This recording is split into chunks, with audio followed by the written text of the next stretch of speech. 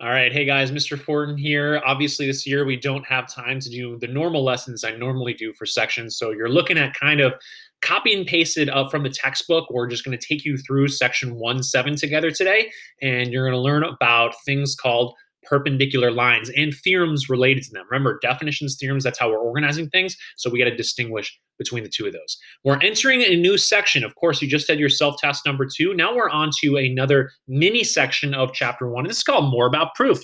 Proofs aren't going away. Again, you don't really get good at proofs until maybe like chapter 2, chapter 3 or so once you get a ton of practice. So stuff is still being introduced to you here. So just a heads up on this, the objectives over the next 3 sections, 1-7, 1-8, and 1-9, are to state and apply the theorems about perpendicular lines, supplementary angles, and complementary angles. What this first section, section 1-7, is going to focus on today is this. It's going to be theorems related to perpendicular lines. So we're going to define perpendicular lines for you. That hasn't been defined for you yet, has it? In our founding text, in our constitution here of geometry that we're following, our textbook, of course, is our source material. So we haven't even defined perpendicular lines, right? We haven't classified them, differentiated them yet. So once we do that, that might tell us something that we can use in a proof. Definition of perpendicular lines will definitely be something we can use in a proof. But is it going to be everything? Is that going to be able to tell us that an angle is 90 degrees, for an instance? Is it going to be how many right angles are created from perpendicular lines? Is that part of the definition? I don't know. So we'll get 3 theorems, okay? There are going to be 3 theorems about perpendicular lines today. And then in the next sections, you'll get some theorems the book's already kind of getting you to think about, but you haven't proved them yet, about supplementary and complementary angles. Recognizing information conveyed by a diagram, planning and writing 2-column proofs. We're going to get to all that stuff later. And also understanding relationships in the postulates and theorems of section 1-9. Get into that later. We'll finally get to, for instance, a postulate in section 1-9 that says that any 3 non-collinear points, exactly one plane, can contain any 3 non-collinear points. Does that make sense? I don't know. Any 3 points are coplanar, but it's just a matter of how many planes you can run through.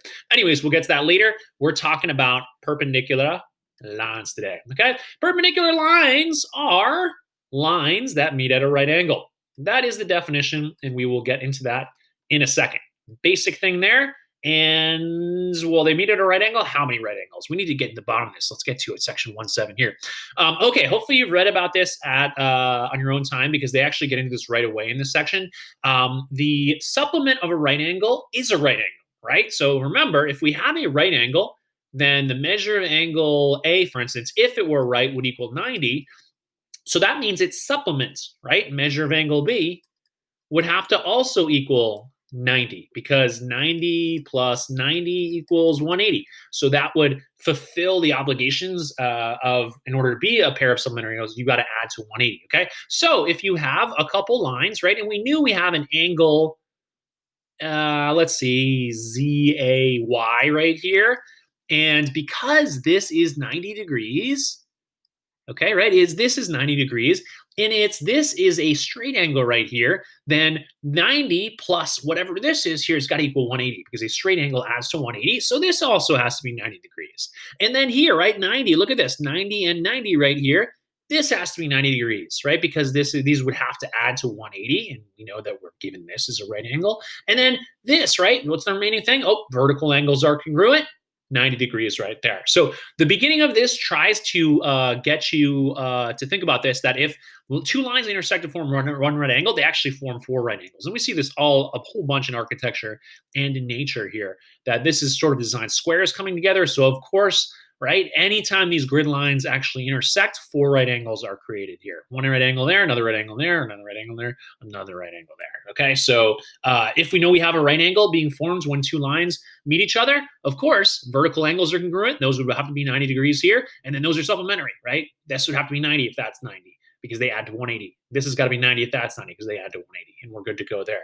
So with 2 lines crossed, one's a right angle, we have 4 right angles. That's going to help us think about what perpendicular lines are in a second. So we haven't actually said anything. We've said what an angle is, right? An angle is 2 rays, right, with a common endpoint, measures 90 degrees if it's a right angle. But we haven't talked about this situation up here, which is, well, what if we have 2 lines that meet at a right angle?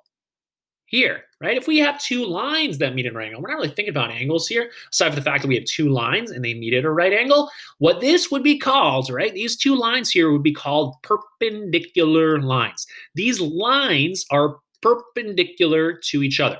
So perpendicular doesn't have to do with angles. This is a perpendicular angle. That doesn't make much sense. That's not defined for us here. A right angle is a 90-degree angle, and a perpendicular lines are two lines that meet at a right angle, or what they say here, form right angles. Okay, so here's the definition. Perpendicular lines, let's classify it. Classified as two lines, right? Of course, perpendicular lines classified as two lines, not just any two lines, right? Lines can be parallel, they can intersect, they can be skew. But anyways, perpendicular lines classified as two lines here, and then differentiated that those two lines meet, they form at right angles. So in the definition here, they're actually telling us that there are four right angles, okay? Because they form right angles. And logically, right, that would be 1, 2, 3, 4 right angles will get formed here. The definition can be used in the following situations. So here, because if we know we have parallel lines, if we know here that we have perpendicular lines, then it looks, right, because we know they form four right angles, this is a way to get into a proof that I have some right angles I can work with here, okay? So read this on your own time. I'm gonna kind of talk about how you can use it in a proof right now. So here, look at this. This symbol right here, I didn't talk about it, but this means the perpendicular symbol. So this literally stands for perpendicular lines. Symbols like this, like congruent, equals, greater than, less than, those are called relational symbols here, right? So when I do a symbol like this is the relationship between two things here. So here, perpendicular symbol here like this would be what you see now listed below. This means a line AB is perpendicular to line CD. And we have that in this diagram right here, okay, in this diagram right here. So, or if I labeled those, we'd have this here. So this is a relationship of being perpendicular to. So this stands for is perpendicular to here, or this is just perpendicular lines. Okay. Anyways, so we haven't talked about how we can use this in proof. So this is definitely something to pay attention to, which is right here. So if we know that perpendicular lines form right angles, what are some things we can maybe say about this here? And I'm going to get rid of the thing that I drew on there, because that's a conclusion of definition of perpendicular lines. So if it's given to us that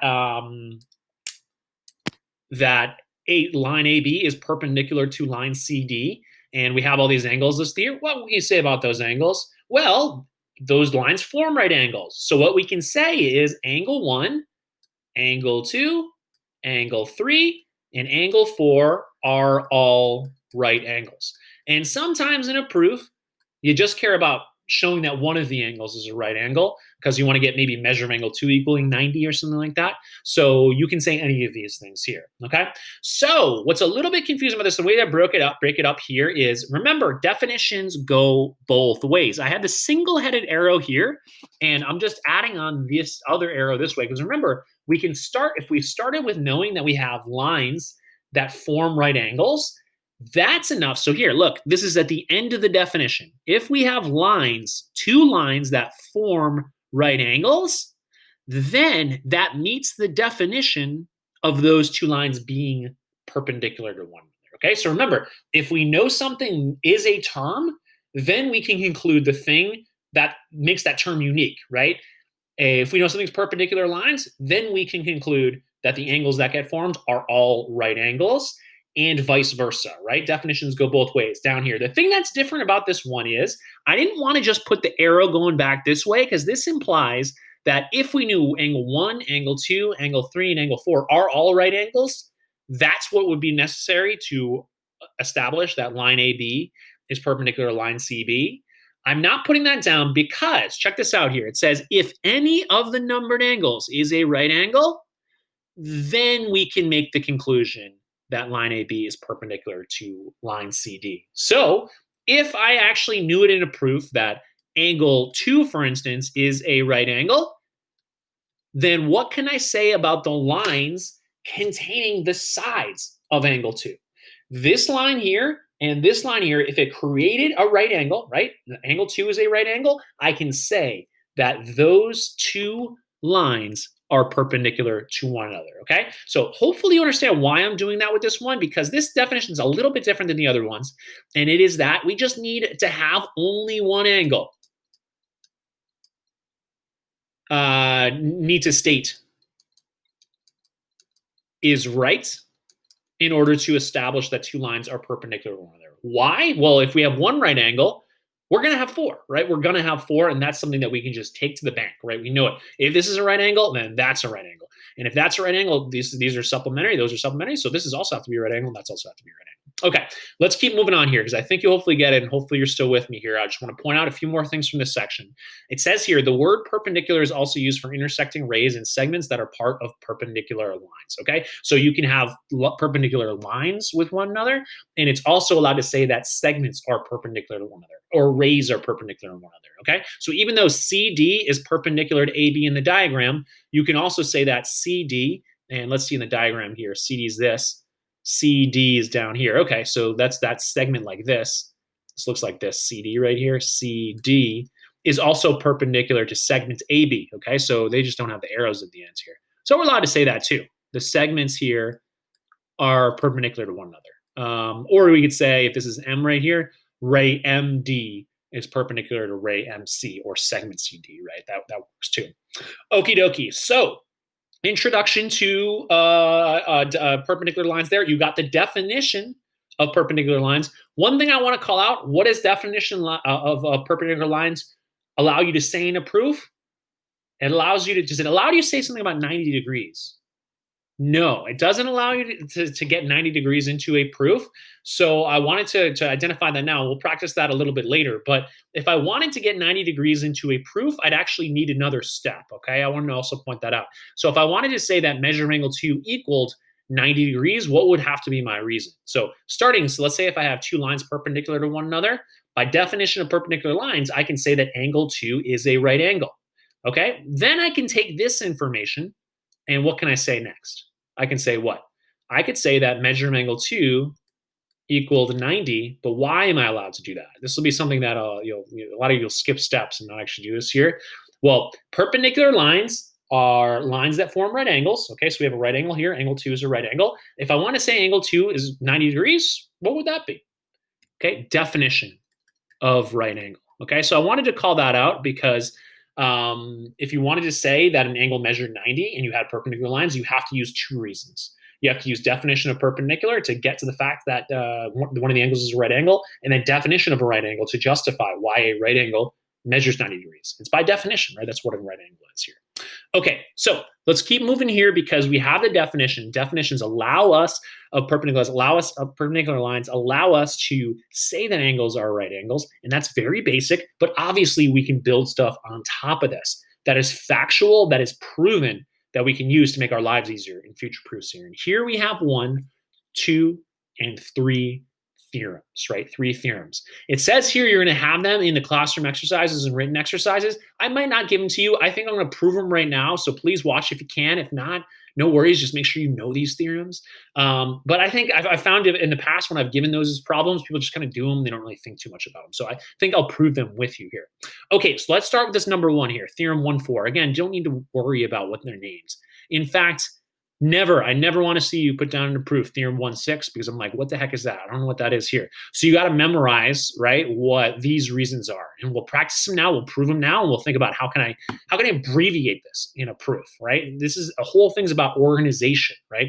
Organization, improving things, improving facts. So a large part of math is being organized in your information and how you can prove things here. Okay, first one here: adjacent angles formed by perpendicular lines are congruent. Okay, adjacent angles formed by perpendicular lines are congruent. Okay, so maybe I'll choose to an if-then statement because you can change any theorem into an if-then statement. If you have adjacent angles and they form perpendicular lines, okay, then the angles are congruent to one another.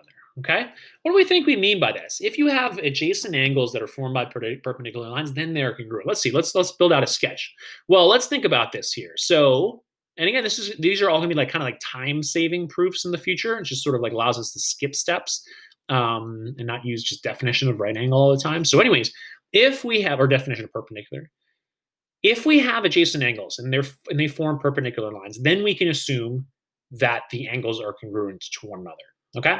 Perpendicular lines. So if it's given to us that these are perpendicular lines, by definition of perpendicular, I would know that these are all right angles. Okay, all right angles. Is that enough to say that all the angles are congruent to one another? Well, not quite yet. There'd be a little more steps here to actually prove it. So right angles, just sort of innately, aren't necessarily given to us as congruent. We need to prove them as congruent. So this is a little bit like, seems really, really obvious, but we'll write the proof in a second here. But if we have perpendicular lines, those adjacent angles are all going to be right angles. And therefore, what are they all going to measure? They're going to measure 90 degrees by definition of a right angle. And if they all measure 90 degrees, what do they equal to compared to each other? They equal both equal 90, so they both equal each other. They're congruent to one another through transitivity, okay? So let's go ahead and prove this one down here. That's this proof down here. And we'll circle in red like this. If we have adjacent angles, as is shown in the diagram right here, these two adjacent angles right here, and it's given to us that A is perpendicular to B, then, right, we got to prove, right, those adjacent angles, they're congruent to one another, right? Because the two lines are perpendicular. I just want to be able to jump to straight away to say this. I want to just, if I have perpendicular lines, sometimes it's helpful for us to know that the angles are congruent. You'll see why later. We'll oftentimes try and be proven angles are congruent so we can prove different things here. Okay. So anyways, let's just get, because again, we're just practicing proof, getting used to this whole thing here. So let's get started up here. So I got my statements. I got my reasons. Let's go ahead and do this one together. Again, 90% of the time, how do I start a proof? Oop, I need my given premise. Okay. So line A is perpendicular to line B. And step one, that's just given. Step two, okay, my goal is to get measure of angle 1 is equal to measure of angle 2. So have I said anything about measure of angle 1 yet? Have I said anything about measure of angle 2? Well, I could say that they add up to 180. That's a good idea, angle addition postulate. I think I might just practice what we just did, which is use the definition of perpendicular. Okay, so think back, look back in your notes. What does the definition of perpendicular allow us to state after step 1? We can state that angle 1 and angle 2 are right angles because, right, the two lines form them, right? Two lines form them are perpendicular. So they form right angles right here, okay? So step 3, we're not even have to do angle addition posture right now. We're already talking about angle 1 and angle 2. What are they both equal? Measure of angle 1 equals 90, and measure of angle 2 equals 90. And what's the reason for that? Well, in step 2, I had that they are right angles, okay? So I'm using definition of right angles to defend the fact that they both got to be 90 degrees.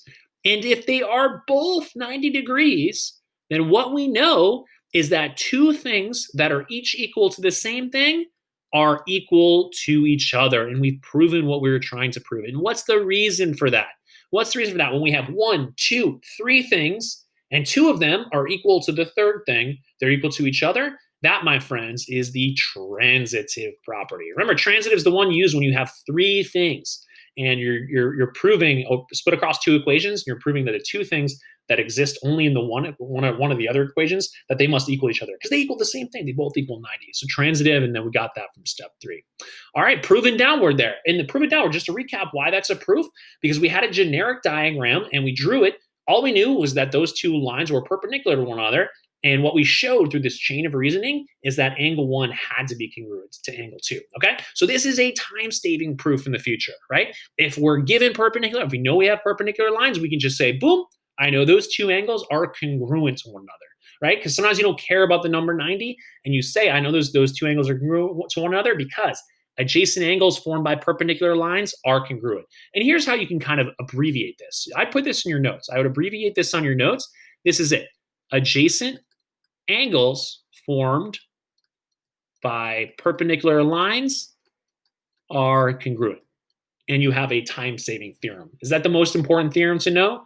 No, but it can save you some time. Adjacent angles formed by perpendicular lines They got to be congruent to one another. They both equal 90, right? But we've proven it. We don't even need to say it now that we have a proof. All right, step 2, theorem number 2 here. If two lines form congruent adjacent angles, then the lines are perpendicular. Let's check this one out here, okay? If two lines form congruent adjacent angles, then the lines are perpendicular. Well, this just sounds like the opposite, right? Sounds like the opposite of what we had here, where we started with perpendicular lines, and we confirmed that the adjacent angles had to be congruent to one another. Now we're starting with congruent adjacent angles. And we're going to determine that the lines that forms those congruent adjacent angles got to be perpendicular to one another, okay? Let's just jump into the proof right now, right? Because I think we'll be able to prove this one very quickly and very easily, and we're going to do that right down here. So here, notice here, look, my given hypothesis and my conclusion here have swapped, right? They've swapped. So now what I'm trying to prove is I have perpendicular lines, and I have perpendicular lines because what's given to me is that this angle and this angle are congruent to one another, right? They have equal measurements here. So this is where, if I'm marking this up, it's going to totally make logical sense right now. If I have two adjacent angles, and they both, for instance, are x degrees and x degrees, I want to know what? Well, x plus x has to equal 180, right? These are adjacent angles, and they make up a straight angle right here because these are perpendicular lines. So this is a straight angle. So they're going to have to add to 180. And so then if I have x plus x equals 180, 2x would equal 180. Well, what would 1x equal? 90. Anyways, I'm just kind of talking through it in my head. Let's just get through to proving it, because I think what you guys like to do, which I think is probably fine, right? The right thing for right now is just to put down your statements, your reasons, and then try to prove it right away by starting out with your givens. Again, 90% of the time, you're going to put your given premise down as your very first step. That's given. And then see what you can say from there. We said stuff about measure angle 1, measure angle 2. They equal each other. We're trying to get the lines being perpendicular. What's the one way we have to prove lines perpendicular right now? Well, all we really have is the definition of perpendicular. So what do I need to show about measure angle 1, measure angle 2? They need to be right angles. Here's me kind of thinking backwards, right? That's something I'll touch on in section 1.8, thinking backwards. I need to show this. The only way I'm able to get to this right here, if I'm able to get to this right here, is if I'm able to show, for instance, that measure of angle 1 equals 90. So that's kind of the thing ahead of us here. So how is it that we're going to get 90 into this proof?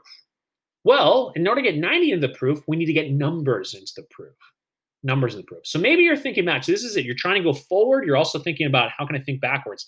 Well, I'm going to try to get one of my angles to be 90. If I do, then I know this is perpendicular because that would be a right angle. So now we're looking at my given diagram. Is there something I can do, say, pull from my given diagram that will get a number into a proof so I can work on this a bit more? Well, hint here. What's measure of angle 1 plus measure of angle 2? It would have to equal 180. By what reason? Not definition of supplementary. It's what? Measure of angle 1 plus measure of angle 2. These are adjacent angles. So this is part plus part equals whole. And the whole is a straight angle. So these are two angles that compose a straight angle right here. So this would be the angle addition postulate. Step 3. Step 3 we got going. Okay, so now we have this here. We're good. So now we're trying to get measure of angle 1 to equal 90. So let's do this. Let's do substitution. How about that? So here, notice here we have 4 things being said. 1, 2, 3, 4, split upon 2 equations. So if I want to replace measure of angle 2 with what measure of angle 2 is equal to, that means I'm going to use substitution, not transitive, because here we have 1, 2, 3, 4 things. And split across 2 equations. Okay, that was my quick thing to look out for, and of course I can explain that more if you're still confused about transitive and substitution. So now I have measure of angle 1 plus measure of angle 1 equals 180, but more importantly, and that's by substitution. More importantly, I am going to combine like terms here to get it so that twice measure of angle 1 equals 180. And that's going to be, that's just combined like terms, so I don't need to say anything about that here. So now that I have this right here, I can get to measure of angle 1 equals 90. What's going to be my reason for that? I'm going to do what to both sides? I'm going to divide both sides by 2, right? If I divide both sides by 2, that's going to get me to step 4 is going to be measure of angle 1 equals 90. And that's by the division POE. Okay? And Step 5, oof, I'm running out of space here, guys. Step 5, move it over here. Oof. Step 5, I got to say now, measure of angle 1 is a right angle. Sorry, is a right angle. And that is, step 5 is definition of right angle, because we know a right angle is an angle that measures 90 degrees. So if we have an angle that measures 90 degrees, that's enough to establish, by definition, it has to be a right angle. Okay, and then step 5, finally, now that we have measure of angle 1, what I really needed was measure angle 1 is a right angle. Oops, not insert photo. I need to, oops, it's doing this here. Sorry about that, guys. Measure angle 1 is a right angle. That's enough for me to get that to the perpendicular lines here. Being the reason for that, A is perpendicular to B. I got that there. And then finally, that is definition of perpendicular. Okay? Having an angle as a right angle is enough to establish that the lines forming that right angle have to be perpendicular to one another. So you can barely even read it there. A is perpendicular to B, and therefore it's definition of perpendicular lines. Okay, got that one already proven for you. We got it down. So let's go ahead and make sure we have it in our notes, so we have it here. So remember, if we have adjacent angles formed by perpendicular lines, right? Two perpendicular lines, spot those adjacent angles, we can say that they are congruent. This is going to be the opposite of that, right? The opposite of that right here. So this one is if we start with lines and we know, so if two lines form congruent adjacent angles. Now that we've played with it, in your head, you should know what congruent adjacent angles look like. Well, this angle, so two lines, not two rays or three rays, it's two lines. Boom, boom. If the two angles right next to one another are congruent, forming with two lines, then they both got to measure 90 degrees, as we just proved. So then lines are perpendicular. Okay, this is one of these time-saving proofs, right? It's another fact that your book uses. Does your book prove every fact possible within geometry? No, and there's no reason to. They're just trying to show you some things to maybe hope making proofs writing a little bit later. Also, they just want to get you used to the whole fact-finding process and getting facts here. Okay, last one here. We got this guy. So if, or this gal, if the exterior sides of two adjacent angles are perpendicular, then the angles are complementary. Whew. That's messy. Super messy. If the exterior sides of two adjacent acute angles, okay, so what's given to us, it sounds like, is we have an acute angle here, and we have another acute angle here. And with that, we have some exterior sides. Like this is an exterior side here, and this is an exterior side here. If the exterior sides of two adjacent acute angles are perpendicular, I'm going to do a right angle somewhere right there, perpendicular, then the angles are complementary. Whew. So this one is kind of not the greatest of one here. But the idea is that if we have the outsides of this here, right, the outside of these two angles, the exterior rays here, if they're perpendicular to one another, the sides are rays, right, then these two angles are complementary to one another. So this is kind of a mouthful. You don't actually have to really get this totally, but the idea is if you have two lines that are perpendicular to one another, and then you got some adjacent angles in between, that in between the perpendicular stuff here, that they'd have to be complementary. They'd obviously have to be complementary because complementary means adds up to 90. And definition of perpendicular means it forms right angles, and right angles gets us 90 degrees. So anyways, let's just prove it here and be annoyed that this is a proof in the book. This one's kind of one of the more annoying proofs that they have. So let's do it. Let's go ahead and prove it here.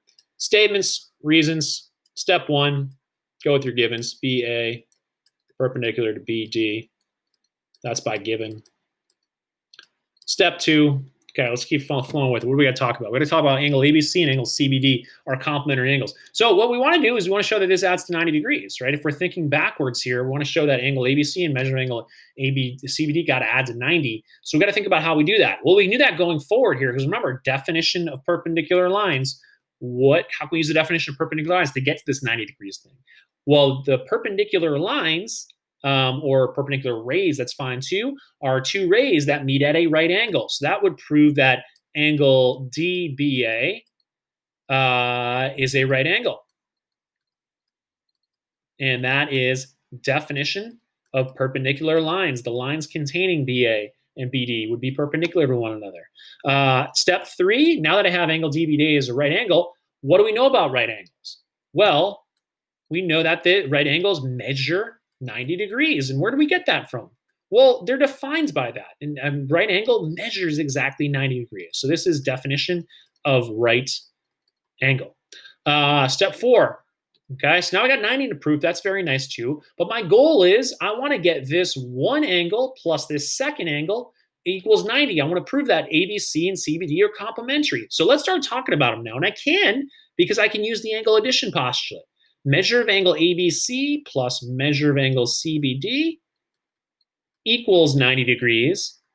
And that's by the angle addition postulate. So part plus part equals whole. Oh, I put 90 degrees. I didn't mean to do that. I meant to do measure of angle DBA. Okay, angle addition postulate, part plus part equals whole. But what we know about the whole is mentioned up here. So now what we can do is we can set this and this equal to each other because they each equal the same thing. So this, my friends, step 5 is going to be transitive. Two things that each equal the same thing must equal each other. So what we get here is 5 is measure of angle ABC plus measure of angle CBD equals 90.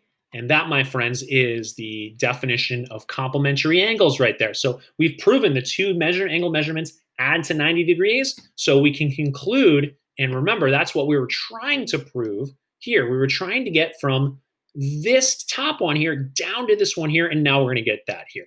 Angle ABC and angle CBD are complementary angles. And justification there from step 5, that's just written out for us as the definition of complementary angles. Complementary angles are two angles that add to 90 degrees. And in step 5, that's shown to us right here. The two angles add to 90, so we can then make the claim, right? We can make the proof, right? It's factually true that it equals, that there are complementary angles here. Okay, so just recap. What we do with proofs, we're trying to prove this as a fact, right? When we have perpendicular rays that form the exterior sides of two adjacent angles, then we'll know that those two adjacent angles are complementary to one another. Is this an important fact? No, this isn't a very good one at all. My guess is you'll probably have trouble remembering this one, because I had trouble remembering this one. So anyways, we can skip all this. We prove this right now. So if ever we have perpendicular rays or perpendicular lines right there, and we notice that we have these two angles in between one right angle, we can say that those two adjacent angles formed by the perpendicular lines, they're complementary, right? It gets us to prove that right away, because we're trying to prove something else about complementary angles. And we are actually, look, we're going to have stuff about complementary angles next lesson. So that will help us by having this theorem now to do the other complementary stuff later. Okay, let's abbreviate this one down here. So what we have here is if exterior sides of two adjacent acute angles are perpendicular, then angles are comp. Okay, this is how you can abbreviate this in your notes. Okay, so just take a second and make sure in your notes you have theorem 1, theorem 2, and theorem 3 written down, maybe just abbreviated like this, okay? It's okay if you're not writing out the whole proof. Sometimes people like writing the whole proof because they're trying to practice getting that, because they realize the value of deductively proving a fact. But here, this is the stuff we're going to use in the future, okay? So have this highlighted. If you're looking for a reason using the proof, maybe you're using adjacent angles formed by perpendicular lines. They got to be congruent to one another. Perpendicular lines and those adjacent angles, they're both right angles. They're congruent, right? All right angles are congruent to one another, logically, right? But we haven't proven that necessarily, except we just did. Anyways, if two lines form congruent adjacent angles, then the lines are perpendicular. And finally, if exterior sides of two adjacent acute angles are perpendicular, then the angles are complementary to one another. Okay? Let's see how we're doing on time, guys. Again, I wanted to take you through the whole section. Boom. And oops, I got this pen up here. Let's see. Come on. All right, 34 minutes. So you guys can piece out of this. You don't need to watch the rest of this. I just kind of wanted to make sure I took you through the section in addition to reading it. If you want to do this one, follow along with me. I'll go ahead and prove it with you, okay? So again, just had to watch the first half hour or so of this. And it's pretty painful watching all these proofs, but hopefully you know what the definition. Make sure you know what the definition of perpendicular lines is, and then make sure you know what the theorems are as well. Okay, so let's just prove this one here, just to get some more practice with proofs. I'll get it in there. I got the time. If you have the time, watch this. Why not? Okay, anyways, angle 1 is congruent to angle 2. So I'm just like, I've written so many of these proofs. I just start with what's handed to me, given to me. So that's the first step of the proof. Second step, I'm trying to prove angle 3 and angle 4 are complementary angles. Oh, nice. We're going to use the exterior sides here. That's nice. That just leads in directly. This following example shows how theorems can be used in a proof. Perfect. Okay, angle 1 is congruent to angle 2. That's nice. So if angle 1 and angle 2 are congruent to one another, what do I know about those? These are congruent angles. Okay, right? They're given to us as congruent, but they're also congruent angles, congruent adjacent angles formed by lines. Okay, so what we're going to use here in step 2 is that if two lines form congruent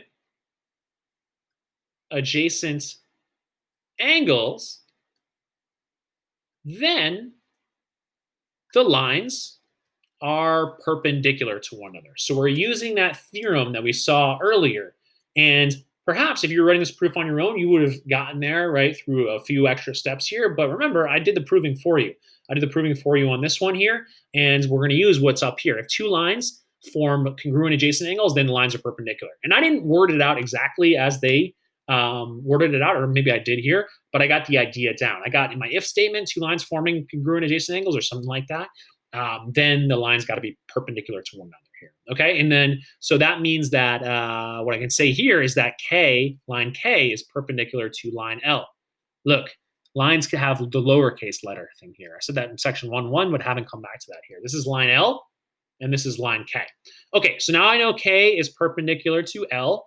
I'm trying to get angle 3 and angle 4 are complementary angles. Well, what do I see? I see that the exterior sides of angle 3 and the exterior side of angle 4 are contained by lines K and lines L.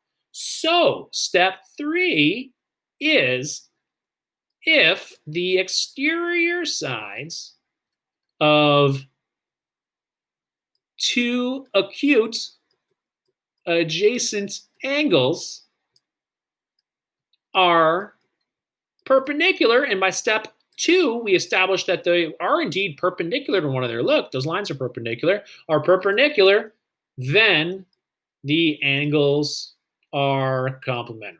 Angles are complementary. So for me, now that you have these proofs, now that you have these theorems, you can move ahead, right? That's the idea of proving things, is to make your lives easier so you can prove more complex and interesting things here.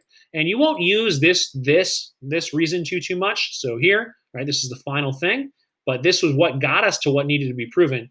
I got done in 3 steps. My guess is that even before this class, you would have been able to prove something like this, but you'd prove it in like 6 or 7 or 8 steps here. But because we have those 2 time-saving theorems right here, these are time and finger, and nobody wants to write all that much either, right? Time-saving. These are time-saving theorems. We can get there in just 3 steps. That's it to start with that given premise and get to this conclusion right here. All right, wrapping it up. I know I went fast on that, but because, right, I'd rather you hear it than just not hear it. Just read it on your own. I think we'll have an exit ticket today. It should be quick. And then on Tuesday, you're going to do your problem set for section 1.7. Let me know if you have any questions. Email me. Take care, guys. Bye.